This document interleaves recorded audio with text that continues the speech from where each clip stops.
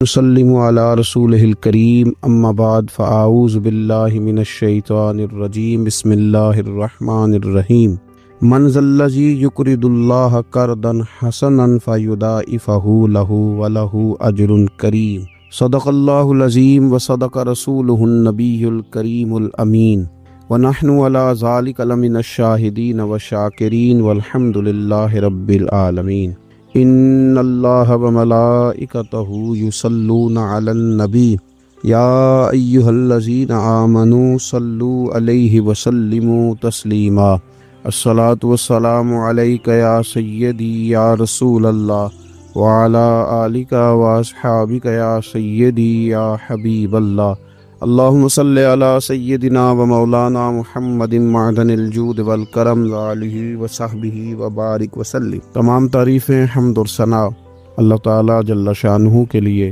اور درود و سلام نبی اکرم نور مجسم شفیع معظم احمد مجتبیٰ جناب حضرت محمد مصطفیٰ صلی اللہ تعالیٰ علیہ وسلم کی ذات والا صفات کے لیے حمد و صلات کے بعد، اللہ تبارک و تعالیٰ نے کچھ انسانوں کو مالدار بنایا ہے اور کچھ کو اللہ تعالیٰ نے غریب، فقیر اور مسکین بنایا۔ اللہ تعالیٰ کی یہ تقسیم اس کی حکمت پر مبنی ہے۔ اب مالک کریم نے یہ فیصلہ فرمایا کہ وہ جن کو اللہ نے اپنے فضل سے مالدار کیا ہے وہ اپنے غریب، مسکین اور کمزور مسلمان بھائیوں کا خیال رکھیں۔ اور اسلام کا حسن دیکھیے، اسلام کا کمال دیکھیے کہ رب تعالیٰ فرماتا ہے تم خرچ کرو گے مسکین پر، غریب پر، اور وہ قرض دو گے تم اپنے رب تعالیٰ کو، خرچ اس پر کرو گے اور قرض اپنے رب تعالیٰ کو۔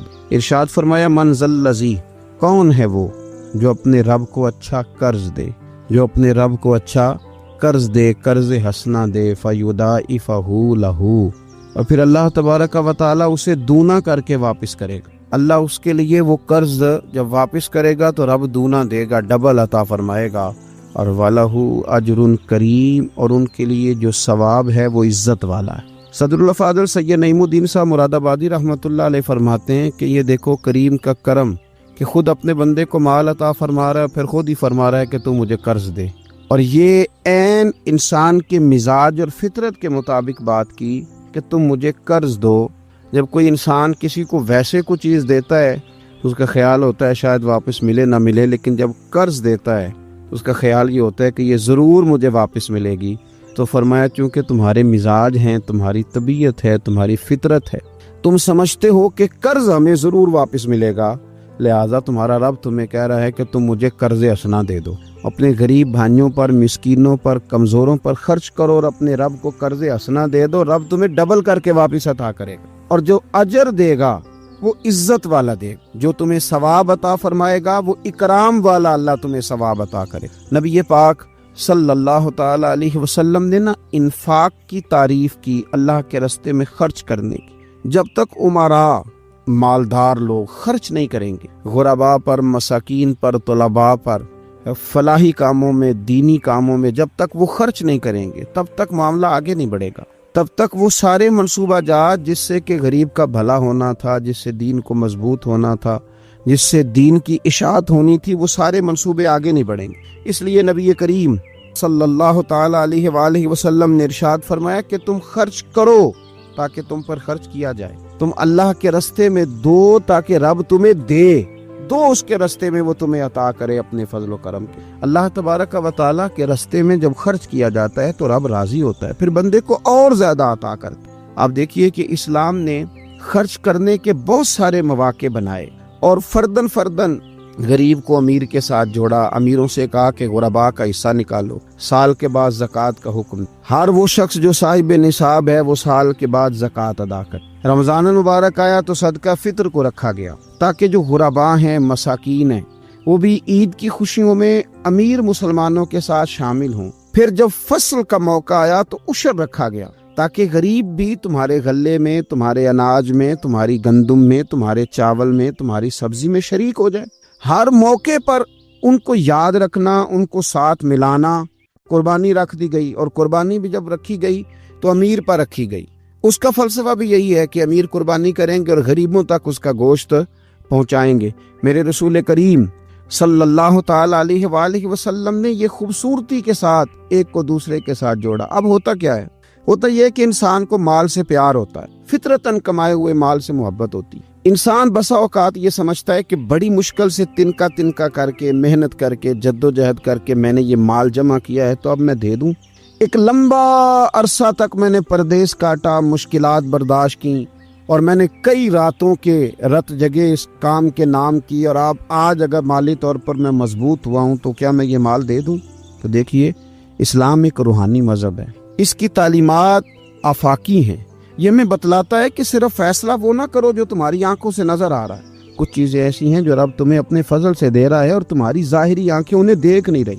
نبی پاک صلی اللہ تعالی علیہ وسلم نے ارشاد فرمایا، یہ حدیث مبارکہ صحیح مسلم میں موجود ہے، حضرت ابو ہریرہ رضی اللہ تعالیٰ عنہ فرماتے ہیں، دیکھیے حضور صلی اللہ تعالیٰ علیہ وسلم نہ بات کر کے مختصر جملوں میں کیسے آگے بڑھتے ہیں۔ کریم ابو فرمانے لگے، یاد رکھنا صدقہ دینے سے مال کم نہیں ہوتا۔ اللہ اکبر! آپ کو تو میسج آ گیا بینک سے کتنے پیسے کم ہو گئے، آپ نے تو جو گن کے دراز میں رکھے تھے اس میں سے لاکھ میں سے آپ نے تو 5,000 دے دیا، تو آپ کو تو پتہ ہے وہ 95 رہ گیا ہے۔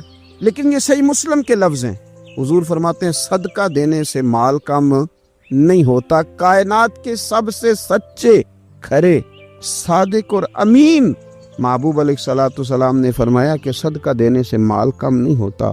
حکیم الامت مفتی احمد یار خان صاحب نعیمی رحمۃ اللہ تعالی علیہ ارشاد فرماتے ہیں کہ کسان جب اس نے نا بیج کی بوریاں بھر کے رکھی ہوئی ہوتی ہیں، تو جب وہ جا کر کے بیج ڈالتا ہے نا کھیت کے اندر، تو بظاہر تو وہ بوریاں خالی کر کے آتا ہے، لیکن پتہ تب چلتا ہے کہ جب ایک ایک بیج پر پھر کئی گنا دانہ لگتا ہے۔ آیا تو وہ خالی کر کے تھا، لیکن اگر تھوڑا سا وہ گہرائی کے ساتھ دیکھے تو اس نے تو کمال کر دیا، اب تو اس پر بے شمار دانے لگ گئے۔ تو حضور علیہ الصلوۃ والسلام نے فرمایا صدقہ دینے سے مال کم نہیں ہوتا، اور فرمایا معاف کرنے کی وجہ سے اللہ بندے کی عزت میں اضافہ کر دیتا ہے، اور فرمایا جو اللہ کی رضا کی خاطر جھک جائے اللہ اسے عزت عطا۔ صدقہ دینے سے مال کم نہیں ہوتا۔ تو اپنی طبیعت کے اندر اگر شوق پیدا کر لیا جائے راہ خدا میں خرچ کرنے، ذوق بنا لیا جائے، ہمارا یہ ذہن بن جاتا ہے کہ یہ بھی میرے پیسے، یہ بھی میرے پیسے، وہ کونے میں میری جائیداد، یہ میرا مکان، وہ میرا بینک بیلنس، یہ میرے جانور، یہ میرا مال تجارت، یہ میرے کھیت کھلیان۔ میرے محبوب نے فرمایا تیرے 3 ہی مال ہیں، ایک تو نے کھا لیا ہے، ایک تو نے پہن لیا ہے، ایک تو نے راہ خدا میں خرچ کر لیا، باقی تو وارثوں کا ہے۔ وارثوں کے مال کے بارے میں اس قدر زیادہ توجہ رکھنا، اس قدر زیادہ ذہن بنا کے رکھنا، تو اللہ تبارک و تعالیٰ کی راہ میں خرچ کرنے کا جو شوق ہے، حضور صلی اللہ علیہ وسلم نہ اس کی نصیحت کرتے۔ نبی پاک صلی اللہ تعالی علیہ وسلم کے سامنے نا حضرت اسماء بنت ابی بکر صدیق خرچ کر رہی تھی، اللہ کے راستے میں دے رہی تھی، تو سرور کائنات صلی اللہ تعالی علیہ وسلم نے فرمایا اسماء خرچ کرو پر گنا نہ کرو، گن کے اللہ کے راستے میں خرچ نہ کرو، ورنہ رب بھی تمہیں گن کے دے گا۔ فرمایا تم اس کے راستے میں اس کی راہ سے کچھ بچا کے نہ رکھو تو رب تعالیٰ بھی جب تمہیں دے گا نا تو پھر بے حساب ہی عطا فرما۔ گن کے یوں احتیاط کر کے دیکھ کے پریشان ہو کے راہ خدا میں خرچ نہ کیا، بلکہ اللہ تبارک و تعالیٰ کے راستے میں دیا جائے اور مالک کے حضور اس کی رضا کے لیے خرچ کیا جائے اللہ تعالیٰ کے بندوں پر۔ حضور صلی اللہ تعالیٰ علیہ وآلہ وسلم کی جو عادات جن کی وجہ سے کائنات میں میرے محبوب پاک علیہ الصلوۃ والسلام کے روز ڈنکے بجتے ہیں، حضور کی نعتیں پڑھی جاتی ہیں، ان میں حضور علیہ السلام کی ان خوبصورت عادات میں سے ایک عادت ہے حضور کا سخی ہونا، کریم ہونا۔ لب واں ہیں، آنکھیں بند ہیں، پھیلی ہیں جھولیاں، کتنے مزے کی بھیک تیرے پاک در کی۔ نبی پاک صلی اللہ تعالی علیہ وآلہ وسلم ارشاد فرماتے ہیں حضور کا شوق دیکھیے خیرات کرنے کے تعلق سے۔ ہمارے ہاں یہ ہوتا ہے کہ بعض اوقات جیسے جیسے پیسہ بڑھتا جاتا ہے ویسے ویسے لوگوں کے اندر بخل آتا ہے، کنجوسی آتی ہے۔ بعض لوگ اللہ ماشاءاللہ وہ خیرات کرنے کی طرف اس طرح توجہ نہیں کرتے جس طرح کہ ان کا منصب انہیں حکم دیتا ہے یا ان کا منصب انہیں اس طرف قائل کرتا ہے۔ رسول کائنات صلی اللہ تعالی علیہ وآلہ وسلم ارشاد فرماتے ہیں، بخاری مسلم میں موجود ہے، فرمایا اگر میرے پاس احد پہاڑ کے برابر سونا ہو، کلومیٹروں پہ پھیلا ہوا احد پہاڑ، اس کی چوڑائی ہے، اس کی لمبائی ہے، اس کی اونچائی ہے، یعنی پہاڑ کی بات ہو رہی، جن لوگوں نے زیارت کی ہے وہ جانتے ہیں کہ اتنا بڑا پہاڑ۔ حضور فرماتے ہیں میرے غلاموں سنو، اگر میرے پاس احد پہاڑ کے برابر بھی سونا ہو تو فرمایا میرا دل چاہتا ہے کہ 3 راتیں گزرنے سے پہلے پہلے سارا اللہ کے راستے میں خرچ کر، سوائے اس کے کہ جو میں نے قرض دیا، قرض کے لیے بچاؤں گا، باقی میں سب اللہ تبارک و تعالیٰ کے راستے میں خرچ کر دوں گا، 3 راتوں سے زیادہ نہیں گزریں گی، خرچ کر دوں۔ یہ شوق ہے نبی پاک صلی اللہ علیہ وسلم کا سخاوت کے ساتھ۔ حضور پسند کرتے سخاوت کرنا۔ نبی پاک صلی اللہ تعالیٰ علیہ وآلہ وسلم نے اپنے دست مبارک سے ہمیشہ لوگوں کو عطا کیا۔ حضور صلی اللہ تعالیٰ علیہ وسلم خرچ کرنے کی ترغیب دیتے، لوگوں کو رغبت دلاتے۔ ہمارے ہاں پہلی تو بات یہ ہے کہ خرچ کرنے کا ماحول نہیں بنتا، اور اگر بعض لوگ خرچ کرتے ہیں تو بے دلی کے ساتھ خرچ کرتے ہیں۔ اللہ تبارک و تعالیٰ کے راستے میں جب آپ کو دینا ہے، جب آپ کو مالک کے راستے میں دینا ہے، تو پھر آپ کو بندہ تھوڑی دیکھنا ہے، پھر تو اللہ کی رضا دیکھنی ہے۔ تو خرچ تو کرتے ہیں، لیکن وہ خوش دلی، وہ ذوق، وہ شوق، وہ خوبصورتی ان کی طبیعت میں نہیں ہوتی جو ہونی چاہیے۔ اللہ کے راستے میں خرچ کریں تو اللہ کی رضا کو پیش نظر رکھ کے پھر خرچ کیا جاتا ہے، صدقہ دیا جاتا ہے۔ لیکن کب بندہ بیمار ہو گیا، جب تندرست تھا، لاکھوں روپے پڑے تھے، صدقہ کرنے کا خیال نہیں آیا، ہزاروں موجود تھے، اس کے دل کی توجہ اس جانب نہیں ہوئی، آج بیمار پڑا ہے، کمزوری آ گئی ہے، قریب المرگ ہو گیا ہے، اب اس کا خیال آتا ہے کہ میں کچھ اللہ کے راستے میں دوں، ایک بکرا لو بھی ذرا ذبح کر دو، ذرا تھوڑا صدقہ دے دو۔ کس بات پر؟ کہ میں بیمار ہو گیا ہوں، کس بات پر؟ کہ میں کمزور ہو گیا ہوں۔ اگر آپ صحت کے عالم میں صدقہ کرتے اللہ کو راضی کرنے کے لیے تو وہ کیا خوب تھا۔ وہ ہمارے ایک بزرگ ہیں تو فرمایا کرتے ہیں کہ میں نے جب خرچ کرنا شروع کیا تو میرے ذہن میں ایک بات آئی، اس نے مجھے ابھارا کہ میں اللہ کے راستے میں زیادہ خرچ کروں۔ میرے ذہن میں یہ بات آئی کہ یار جتنا میں اپنے والدین کی طرف سے خرچ کر رہا ہوں نا، میری اولاد بھی میرے بعد اتنا ہی خرچ کرے گی، تو کیوں نہ ایسا ہو کہ ان کے حقوق پورے ادا کر کے، ان کی آسانیوں کا خیال کر کے، جو اللہ تعالیٰ نے مجھے اپنے فضل سے زیادہ دیا ہے اس میں سے میں اللہ کے راستے میں خرچ کروں۔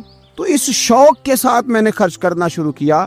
نبی پاک صلی اللہ تعالیٰ علیہ وآلہ وسلم ارشاد فرماتے ہیں کہ کسی بندے کا اپنی زندگی میں 1 درہم خرچ کرنا مرتے وقت 100 درہم خرچ کرنے سے زیادہ بہتر۔ زندگی میں 1 درہم دینا مرتے وقت، یعنی عین بیماری کے عالم میں جب تو خرچ کر رہا ہے تو وہ تو 100 خرچ کرے گا درہم، اور تندرستی میں، صحت میں تو نے 1 خرچ کیا تو اللہ تعالیٰ اس 1 کا ثواب تجھے اس وقت سے زیادہ عطا فرمائے۔ یہ حدیث مبارکہ ابو داؤد شریف میں مشکات میں ملے گی۔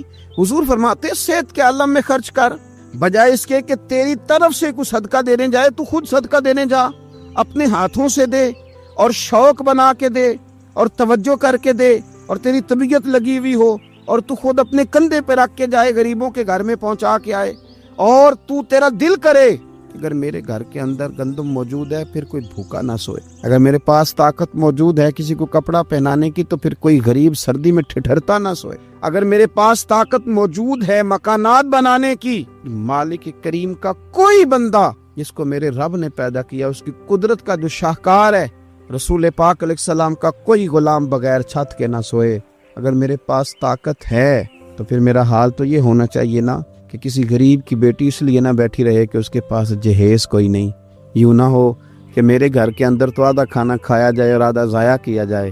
لیکن بہت سارے لوگ ایسے ہیں جو رات کو ترس ہیں کہ کچھ مرضی کا من پسند مل جاتا تو پیٹ بھر کے کھا لیتے۔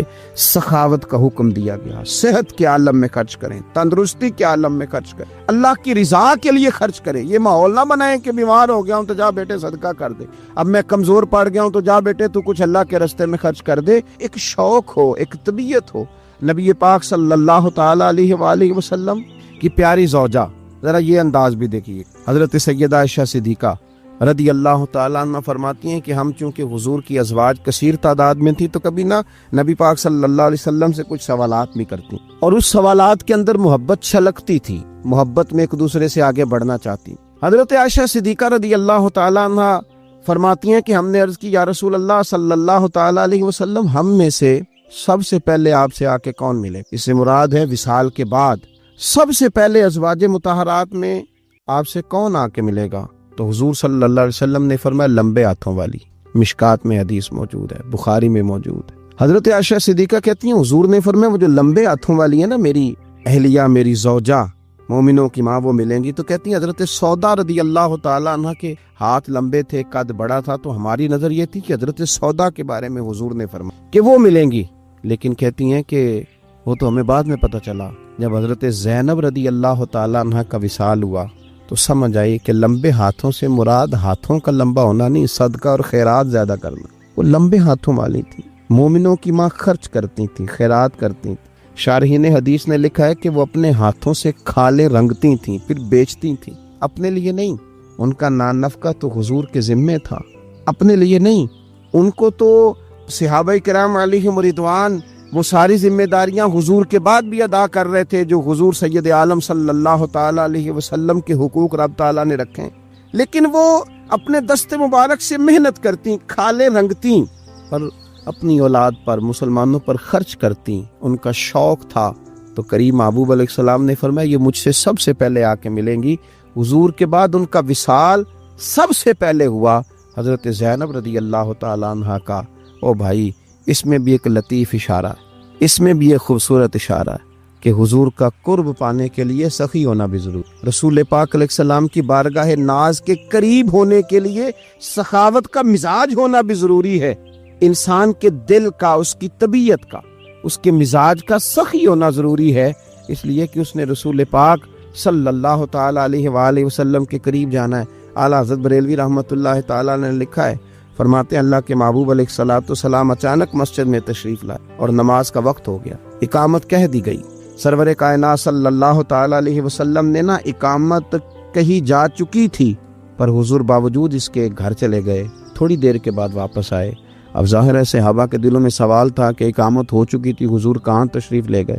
تو حضور نے فرمایا میں مسجد آیا تو میرے دل میں خیال آیا کہ گھر میں تو چند دینار پڑے ہوئے ہیں، تو میں نماز پڑھانے سے پہلے گیا ہوں، نے اللہ کے راستے میں خیرات کیا، پھر تمہیں آ کے نماز پڑھائی۔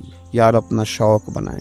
آپ یقین کریں کہ بہت سارے لوگ ہیں جو بہت سارے لوگوں کا خیال رکھ سکتے ہیں، لیکن ہماری نظر اپنے سے اٹھتی نہیں۔ ہم اپنے آپ سے سوچنا شروع کرتے ہیں، اپنے اوپر ختم کر لیتے۔ اگر بہت زیادہ بڑھ کے سوچیں گے تو اپنی اولاد کا سوچیں۔ ذہن بنائیں سخاوت، اور رمضان شریف میں خاص کر کے توجہ کریں۔ آپ مساجد کا خیال کریں، مدارس کا خیال کریں، اور خوب خیال کریں، اور غرباء کا خیال کریں، مساکین کا خیال کریں، کمزور لوگوں کا خیال کریں۔ دیکھیں رب فرماتا ہے خرچ تم نے غریب پہ کرنا ہے، پر قرض تم نے اپنے رب کو دینا ہے۔ اللہ تعالیٰ سمجھنے کی توفیق عطا فرمائے۔